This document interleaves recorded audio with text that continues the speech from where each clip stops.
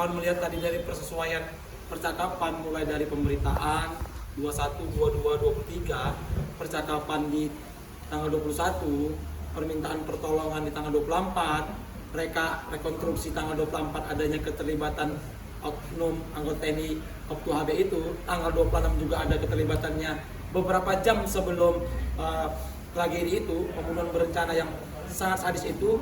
Maka apakah ada keterlibatan ataupun dugaan dalangnya? Ya, kita menduga kuat, dan dugaan kita itu diyakini anak korban dan keluarganya dengan apa? Dengan melakukan pembuatan laporan di Puspom Angkatan Darat, Puspom Angkatan Darat Jakarta, dan telah menghadiri serta menghadirkan saksi-saksi setelah diperiksa dan menghadirkan bukti-bukti di Pomdam 1 Bukit Barisan. Artinya pelaporan ini bentuk dugaan kuat keterlibatan anggota TNI tersebut dan menjadikan ini adalah aktor-aktor dugaan aktor intelektualnya. Kenapa tambahan satu lagi lah, 3 tersangka hari ini nggak ada korelasinya dengan kerjanya korban. Mereka bukan wartawan, mereka bukan orang yang diberitakan, mereka yang nggak bersinggungan. Logikanya adalah orang yang diberitakan pasti melakukan respon 3. 1, ketika orang diberitakan nggak benar, dia akan klarifikasi. Kedua, ketika diberitakan benar, dia akan diam saja. Ketiga, ketika diberitakan nggak benar, pasti akan marah.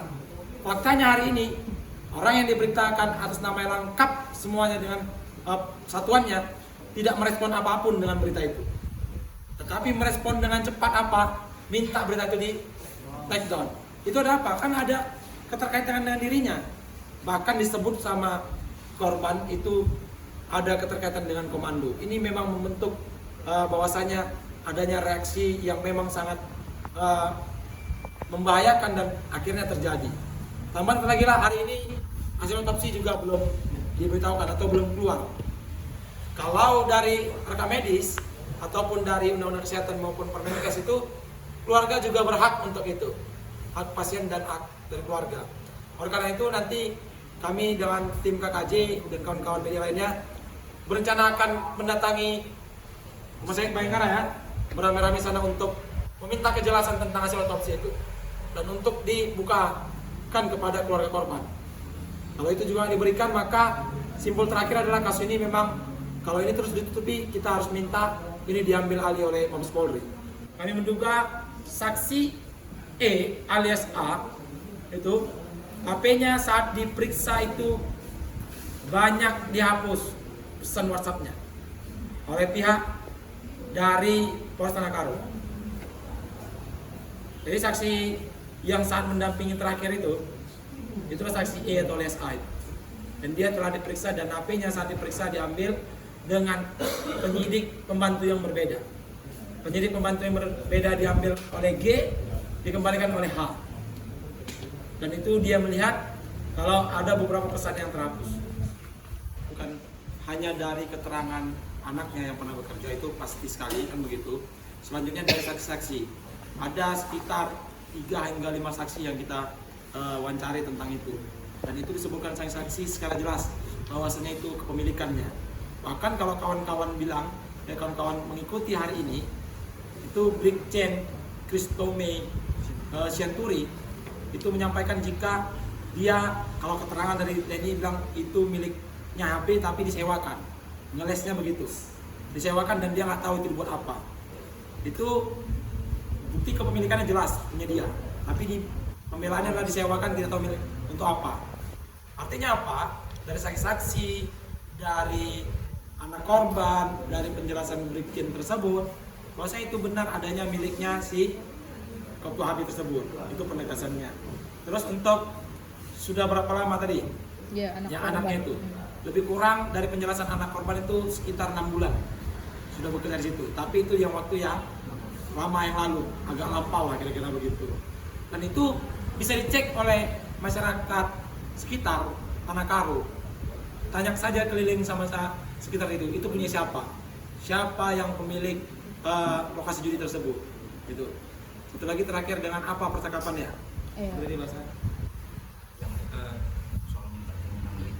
soal minta turun ke berita itu bahasanya kalau menurut keterangan saksi, ketika korban itu ngomong melalui via WhatsApp itu, korban menyatakan begini kepada diduga ketua B, sudah siapa-siapa saja anggota Bulang yang kau suruh nyariin aku ya. Nah gitu bahasanya. Itu dijawab. Dalam bahasa jawab untuk pembelaan adalah, bukan kam yang ku cari, tapi si Sawa. Si Sawa itu Orang yang pakai baju laki-laki yang jadi tapi jadi apa nih, brand ambassador atau apalah, atau yang jadi di foto model lah, itu. model di situ kan gitu. Jadi itu tegas dari keterangannya, sudah siapa-siapa saja kau suruh anggota Bulang nyarikin aku. Dan pembelaan yang disampaikan adalah, bukan kami yang kau cari, tapi si Sawa. Mulai dari situlah merasa terancamnya Pasar Ibu, dan lahirnya tanggal 24 mohon perlindungan melalui Kasat Reskrim Polres Tanahkaro AKP Resmaju. Oke, itu kira-kira. Dan memang tambahannya adalah hemat kita dari saksi CCTV banyak. CCTV bukan hanya satu itu aja. Ada beberapa CCTV yang mengarah langsung ke rumah. Tapi sampai sekarang itu nggak dibuka. dan itu yang paling jelas. Iya, itu yang paling jelas. CCTV milik Ibu H namanya. Kita langsung sebut namanya, itu memang berbahaya untuk dia. CCTV H itu mengarah ke tempat rumahnya. Tetapi sampai sekarang mana CCTV-nya? Maka ada dugaan apa? Banyak kejanggalannya. Bahkan ini bisa mengarah dugaan obstruction of justice. Itu apa? Penghalangan penyidikan. Obstruction of justice. Oke? Kalau itu memang tidak dibuka. CCTV sampai hari ini kan belum dibuka itu. Dan cuma satu angle aja. Tapi lupa menyampaikan jika ada 6 TKP adegan rekonstruksi, tapi kawan-kawan saat itu tidak mengetahui tentang 6 TKP itu. Artinya, apakah ini memang nggak diberitahu atau memang ada ditutupi? Oleh karena itu, ketika kami menyampaikan ini sudah barang tentu harus dibuka. Dan tambahan lagi adalah terkaitan dengan CCTV. CCTV kita lihat bersama kawan-kawan. Kalau CCTV hanya adegannya 2 orang yang aktivitas memantau dan pada jam 3.17 adanya percikan api. Tapi tidak ada CCTV yang menggambarkan tentang kapan korban datang, sama siapa korban datang, naik apa korban datang, dan jam berapa korban masuk. Mungkin itu sementara, nanti ditambahkan oleh kawan-kawan PKJ. Semua, maka kesimpulan akhir dari LBH Medan dan tim KKJ, mulai dari runtutan rencana dan adanya fakta-fakta itu, maka ini sudah barang tentu tidak ada lagi alasan untuk Pomdam 1 Bukit Barisan yang bersama Puspomat untuk segera menindaklanjuti.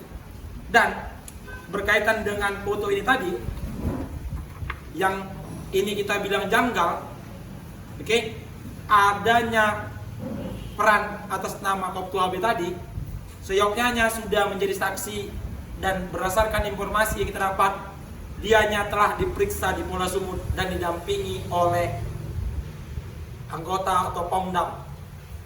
Bahwasanya HB sudah diperiksa, namun kapasitasnya masih sebagai saksi karena ini pemeriksaan untuk sipil. Oleh karena itu, berdasarkan semua ini, kita LBH Medan dan KKJ mendesak untuk Pomdam 1 Bukit Barisan segera memanggil Koptu tersebut dan memeriksa dan menetapkan statusnya. Karena apa? Karena kita telah menghadirkan 3 orang saksi, bukti-bukti percakapan, bukti-bukti video rekonstruksi, itu semua kita hadirkan saat pemeriksaan di Pomdam 1 Bukit Barisan. Oleh karena itu, haruslah Pomdam itu segera meningkatkan status atau memeriksanya dalam hal dugaan tindak pidana pembunuhan berencana, dijuntukan dengan pembunuhan, dijuntukan dengan pembakaran yang menyebabkan orang mati, yaitu 187 ayat 3 KUHP, dan ini harus dijuntukan dengan Undang-Undang Perlindungan Anak. Karena apa? Karena ada 2 korbannya anak. Tetapi hari ini yang telah kita sampaikan kepada kawan-kawan media, rekonstruksi itu janggal karena apa? Pasalnya tetap itu. Padahal ada pasal spesialisnya itu tentang anak. Ini ada apa? Berarti banyaknya kejanggalan. Dan menyebutkan pemberitaan tentang Oknum TNI bandar judi Polres Karo ibarat makan buah si malakama, disentuh gatal, disentuh gatal, nggak disentuh semakin menjamur. Dan akhirnya pada tanggal 26 sebelum kejadian ada lagi pemberitaan yang disampaikan Pasaribu terkait dengan peringatan Hari Anti Narkoba Internasional yang menyinggung juga tentang judi. Jadi dari rangkaian cerita ini kami menduga dari LBMN dan KKJ telah terjadi perencanaan yang sangat matang mulai dari tanggal 21, 22, 23, 24 dan sampai adanya rekonstruksi ini adalah bentuk dugaan tindak pidana pembunuhan berencana yang telah diskenario ataupun telah direncanakan. Dan fakta baru adalah berdasarkan keterangan saksi jika lokasi perjudian yang dituduhkan atau yang diberitakan oleh Sempurna Pasaribu benar adanya milik anggota TNI tersebut. Kami tegaskan sekali lagi, jika pemberitaan tentang adanya lokasi judi milik oknum TNI itu adalah benar menurut saksi-saksi yang telah kita periksa milik anggota TNI tersebut yang berinisial Kop2HB, dan itu telah disampaikan pada pemeriksaan di Pomdam 1 Bukit Barisan dan saksi-saksi lainnya. Penegasan terakhir adalah apa bukti kepemilikan itu jika ini sangat penting adalah anak almarhum itu pernah bekerja di situ, pernah bekerja sebagai marka namanya, marka ikan-ikan itu, dan pemiliknya adalah yang diduga Kop2HB atau alias A yang orang terakhir bersama Pasaribu atau almarhum yang mengatakan dalam bahasa Karo dan mengirimkan pemberitaan itu mengatakan inilah oretan-oretan atau konsepnya si Pasaribu, bikin jawaban mupal, bilang dengan diduga Kop2HB, dijawab dengan mengatakan aku nggak ada masalah denganmu, kalau begini nggak cocok lagi, kalau bahasa Indonesia kan. Dijawab sama saksi E atau A mengatakan kalau ini oretan-oretan sempurna biar kita nggak salah paham. Ini runtutannya. Selanjutnya percakapan yang telah disampaikan, inilah percakapan kalau Pasaribu atau Riko Sempurna Pasaribu sudah merasa terancam. Apa ini percakapannya? Penyampaian WA kepada AKP Rasmaju yang hari ini kita ketahui adalah Kasat Reskrim Polres Tanah Karo dengan menggunakan handphone rekannya atas nama Bastawan Purba mengatakan izin dan tolong dibantu tindak lanjut biar adik kita merasa nyaman beraktivitas dan bujur, BJR bujur, terima kasih. Dan dituangkan dalam sini, udah terlalu sombong Koptu Herman Bukit, merasa jenderal dan merasa dia dan Yon. Ini langsung ke HP-nya Rasmaju Tarigan. Mulai runtutan itu semuanya dan akhirnya pemberitaan itu lanjut ke habis 22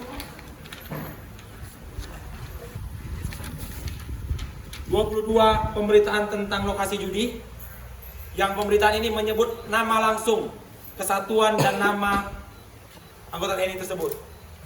Terakhir